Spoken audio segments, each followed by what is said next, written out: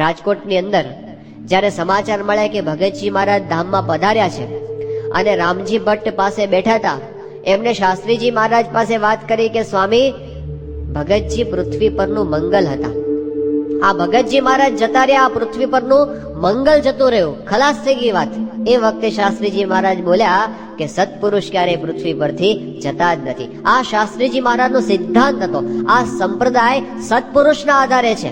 શાસ્ત્રીજી મહારાજ તો નિર્દેશ કરતા યોગી બાપાનો કે આ યોગીજી મહારાજ છે ને સત્પુરુષ છે. આ જોગી મહારાજ અમારી જેમ જ સૌની ખબર રાખશે, સ્વામી કોઈને ન ધણિયાતા નહીં રાખે. યોગીજી મહારાજ પર નિર્દેશ કરીને કીધું અમારી જેમ બધાને સુખ આપશે, એવું શાસ્ત્રીજી મહારાજે ખેંગારજીભાઈને કીધું.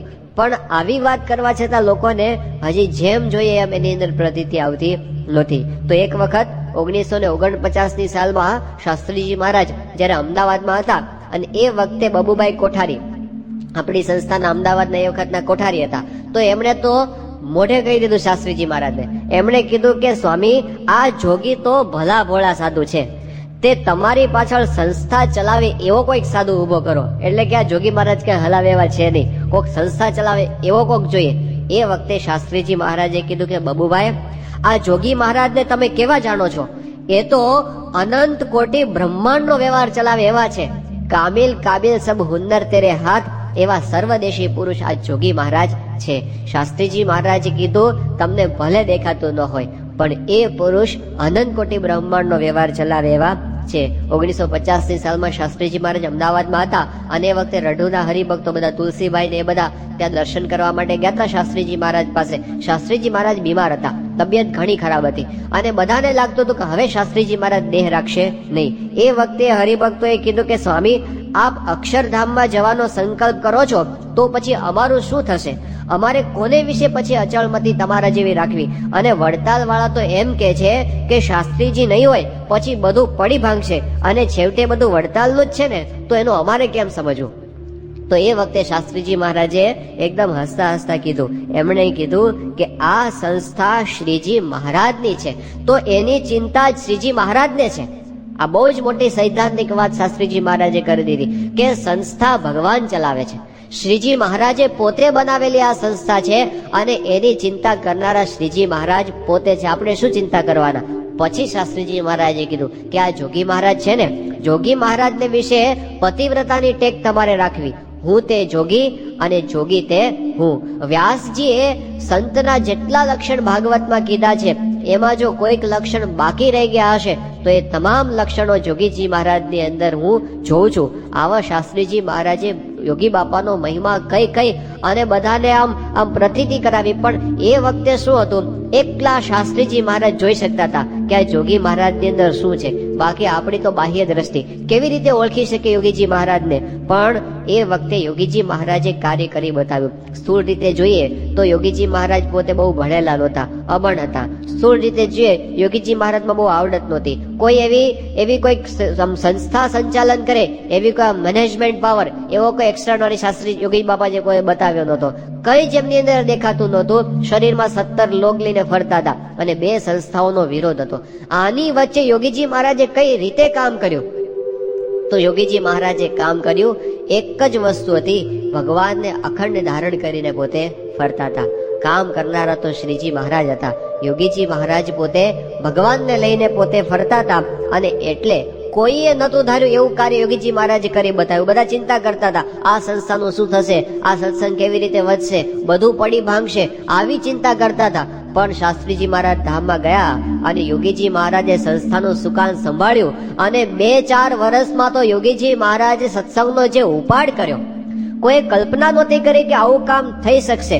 યોગીજી મહારાજે પરદેશની અંદર સત્સંગ પહોંચાડ્યો. શાસ્ત્રીજી મહારાજના વખતમાં આફ્રિકાના સત્સંગની શરૂઆત થઈ હતી, પણ યોગીજી મહારાજે તો આફ્રિકાની ધરતી ઉપર મંદિરો બાંધવા માંડ્યા. નૈરોબીની અંદર મંદિર થઈ ગયું જબરજસ્ત, મોમ્બાસાની અંદર મંદિર થયું અને આફ્રિકાની અંદર પછી તો કંપાલામાં, જિંજામાં, ટરોરોમાં, ગુલુમાં એક પછી એક જે મંદિરો થવા માંડ્યા. લોકો કે આ શું કહેવાય, સ્વામિનારાયણ સંપ્રદાયના મંદિરો આફ્રિકાની ધરતી ઉપર આવા યોગીજી મહારાજ અહીં બેઠા કરવા માંડ્યા. લોકોના આશ્ચર્યનો પાર નતો, કઈ રીતે આ બધું થાય છે? અને એમાંય 1970ની સાલમાં યોગીજી મહારાજે લંડનની અંદર ચર્ચની અંદર ચર્ચની અંદર હિન્દુ મંદિર કર્યું. વિશ્વના હિન્દુ ધર્મના ઇતિહાસમાં ક્યારે નહોતો બન્યો એવો પ્રસંગ યોગીજી મહારાજે કરી નાખ્યો. ત્યારે તો આખા હિન્દુસ્તાનની અંદર મોટા મોટા ધર્મગુરુઓ વિચાર કરતા થઈ ગયા. અને ચિન્મયાનંદ સ્વામી તો બોલ્યા. ચિન્મયાનંદ સ્વામીનું નામ એ વખતે આખા વિશ્વમાં ગીતાના પ્રસિદ્ધ વક્તા તરીકે આમ જાણીતું હતું.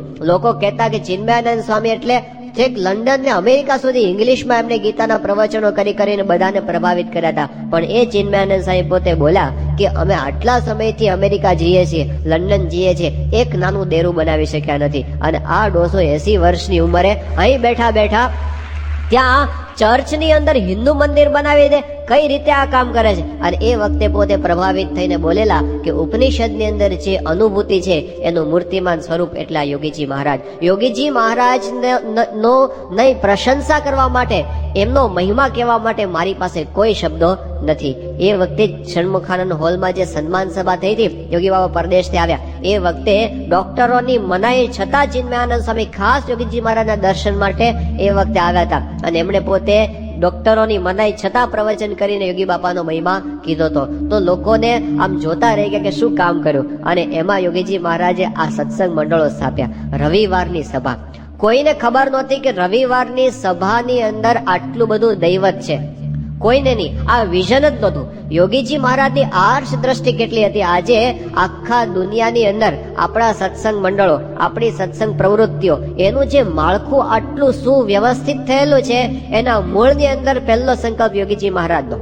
આટલું સુગ્રથિત નહીતર ન થાય. આપણે આમ જો કોઈ એક મેસેજ આપવો, એક હરિભક્ત સુધી કોઈ એક સંદેશ આપણે પહોંચાડવો હોય ને, ગણતરીના કલાકોમાં હરિભક્તોના ઘરે ઘરે સંદેશો પહોંચી શકે.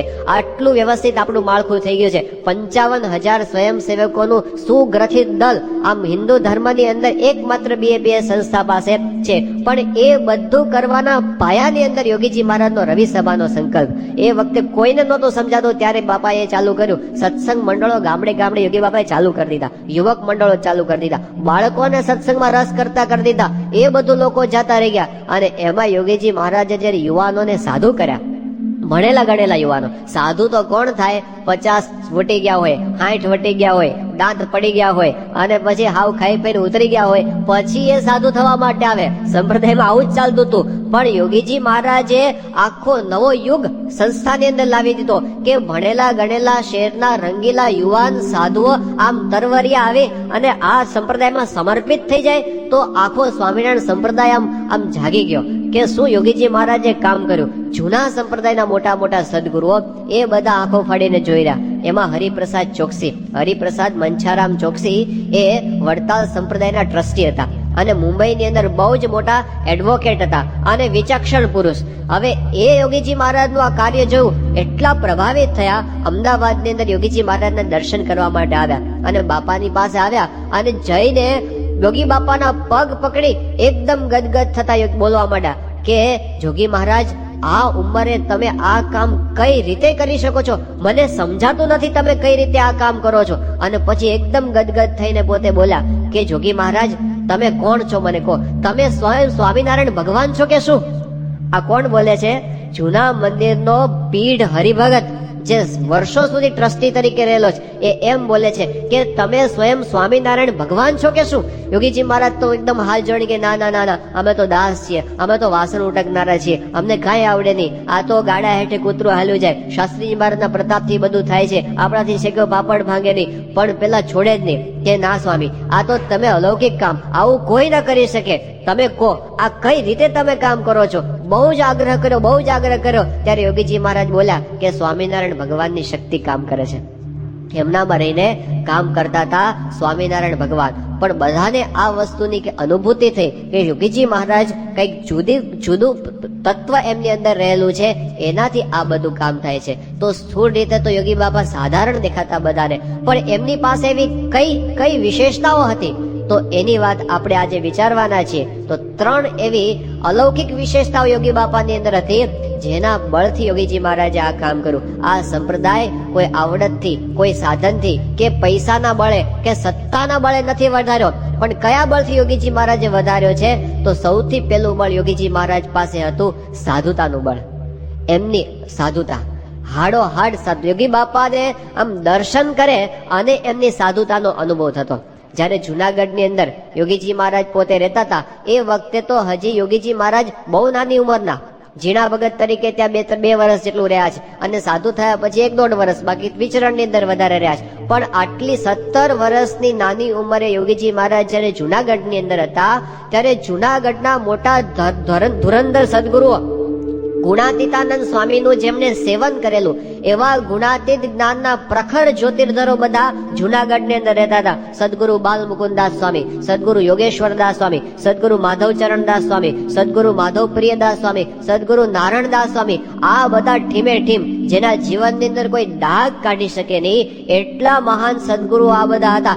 એ બધા આ નાનકડા 17 વર્ષના યોગીજી મહારાજની સાધુતાથી પ્રભાવિત થયા હતા. જોગી મહારાજને જોગી ઉપનામ ત્યાંથી મળેલું છે. જુનાગઢના જોગી આટલી નાની ઉંમરથી બધાના લાડકા જોગી પોતે થઈ ગયા હતા. હવે ત્યાંથી એમની સાધુતાનો પ્રભાવ, એની અત્યંત નિર્મળ અને પવિત્ર બધી ભાવનાઓ. યોગીજી મહારાજ આખો દિવસ ભજન, કીર્તન, ધ્યાન, સેવા, એ સિવાય બીજી વાત નહીં. જગતની ગંધ જેમની અંદર જોવા ન મળતી અને યોગીજી મહારાજ પોતે બધાનો ગુણ, બધાનો મહિમા સમજે, કોઈના અભાવ ગુણની વાત નહીં. એનો દ્રોહ કરી જાય, એને મારી જાય છતાં પણ એની સેવા પોતે કરે. એનું પોતે આમ ખાનગીની અંદર પણ કોઈના દ્રોહ નહીં કે એના અવગુણની વાત યોગીજી મહારાજના મુખમાંથી નીકળે નહીં. આવી આમ અલૌકિક પ્રતિભા યોગીજી મહારાજની સાધુતાની હતી ને એ બધાના હૃદયમાં છવાઈ ગઈ હતી. અહીં આવ્યા જયારે શાસ્ત્રીજી મહારાજ પાસે, અને ત્યારે મોટા પહેલા તો નિર્ગુણદાસ સ્વામી જેવા અને મહાપુરુષદાસ સ્વામી, આ બધા ભગતજી મહારાજના શિષ્ય હતા. અને ભગતજી મહારાજ અને જાગા સ્વામીની સાધુતા જેમણે જોઈ હતી એ બધા જોગી મહારાજની સાધુતાથી પ્રભાવિત થયા છે. નિર્ગુણદાસ સ્વામીએ આફ્રિકાના હરિભક્તોને લખ્યું છે કે તમે જે ઉપમાઓ લખી છે એ બધી મને લાગુ નથી પડતી, એવી સાધુતા વાળા તો જોગી મહારાજ છે. હજી ગુરુ પદે તો શાસ્ત્રીજી મહારાજ બેઠા છે અને છતાંય નિર્ગુણદાસ સ્વામી યોગીજી મહારાજની પ્રશંસાના વખાણ કરે છે કે આવા પુરુષ આપણા સંપ્રદાયને પ્રાપ્ત થયા એ આપણા બહુ મોટા અહોભાગ્ય છે. એવું કુબેરભાઈ ઉપરના પત્રમાં નિર્ગુણદાસ સ્વામી પોતે લખે છે. તો મોટા એમની સાધુતાથી પ્રભાવિત થયા. જૂના સંપ્રદાયના મોટા સદગુરુઓ શ્વેત વૈકુંઠદાસ શાસ્ત્રી હતા વડતાલના, એ પોતે કહેતા હતા કે યોગીજી મહારાજમાં રહીને તો સ્વયં સ્વામિનારાયણ ભગવાન કામ કરે છે. સારંગપુરની અંદર આચાર્ય આનંદ પ્રસાદજી મહારાજ પધાર્યા હતા, વડતાલના આચાર્ય. એમના આચાર્યનો એક બંગલો હતો, ત્યાં પોતે રહેતા હતા. એ વખતે યોગીજી મહારાજ ત્યાં સારંગપુર આવ્યા અને એમને ખબર પડી કે આચાર્ય મહારાજ છે. યોગીજી મહારાજ ચાલો આપણે આચાર્ય મહારાજને મળવા માટે એમના દર્શને જઈએ. અને જયારે પોતે એમને મળવા માટે ગયા, યોગીજી મહારાજ તો પોતે દંડવત કરતા હતા. આનંદ પ્રસાદજી એમને રોક્યા અને પછી એમને આદરથી બેસાડ્યા. અને પછી આ આનંદ પ્રસાદજી મહારાજ પોતે ઉત્તર હિન્દુસ્તાન વધારે રહ્યા હતા, એટલે હિન્દી વધારે ફાવતું તેમનું બોલવાનું, ગુજરાતી ઓછું ફાવતું. એટલે એમણે યોગીજી મહારાજને એ વખતે શું કહ્યું કે એકદમ ગદગદ થઈને પોતે બોલ્યા કે જોગી મહારાજ, ભગવાન સ્વામિનારાયણ આજ આપકે પાસ है, ભગવાન સ્વામિનારાયણ આજ આપકે પાસ है, હમ પર કૃપા દ્રષ્ટિ રખના. આવું એક સંપ્રદાયના આચાર્ય બોલે છે, જે પોતે આમ તો જોઈએ કે આમ હામું જોવા માટે તૈયાર ન થાય, આમ વિમુખ જેને કહેતા હોય, બંડિયા કહેતા હોય, પણ યોગીજી માની સાધુતા એવી કે બોલાય છે એમના હૃદયથી, જેના વેરી ઘાવ વખાણે.